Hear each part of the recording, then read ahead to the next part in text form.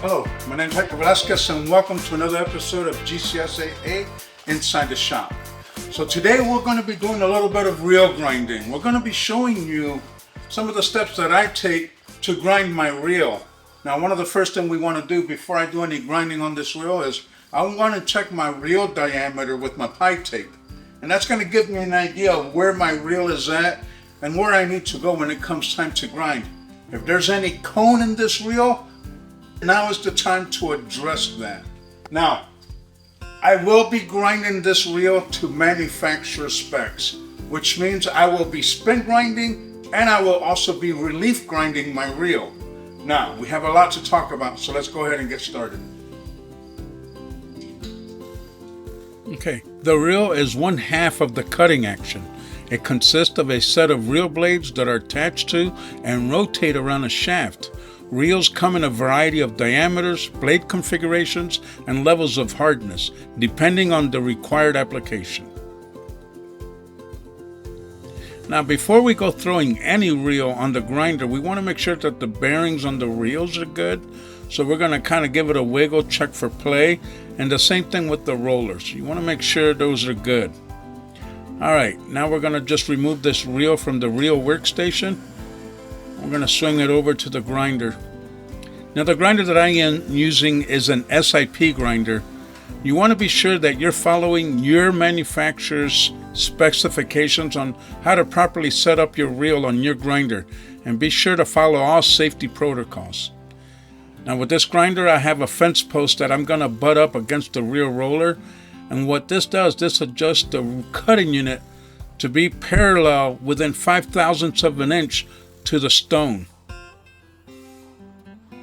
Now, because the surface of this grinder is within 1/1000th of an inch, I can use it as a granite block and check my cutting unit for rock.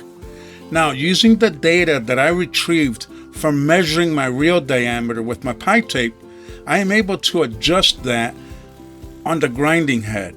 That way, I am able to grind my reel back into a perfect cylinder. In fact, I can get a reel back to a cylinder within 5/1000ths of an inch or less. All right, we're ready to do some spin grinding. So I'm going to turn on my grinding motor. Now we're going to turn on our reel drive motor. And now we're ready to hit our carriage and get this grinding stone traversing. Now, the purpose of spin grinding is not only just to sharpen your blades, but it's also to address any coning issue that may be present on your cutting unit or your cylinder.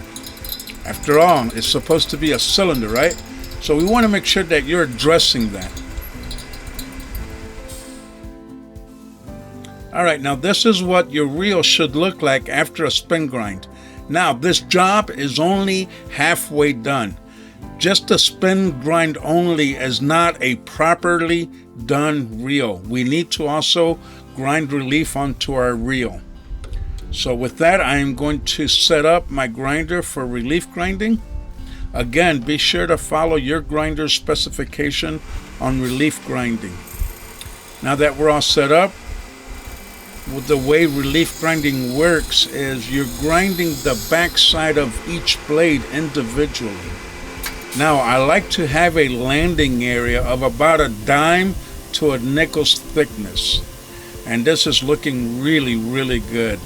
We got a nice relief and we got a nice landing area.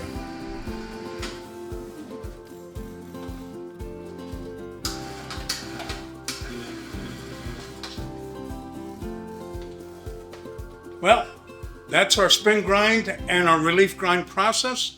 The next step is going to be how to properly set up your cutting unit. I want to thank you for joining me here today on GCSAA Inside the Shop, where we're helping technicians one wrench at a time.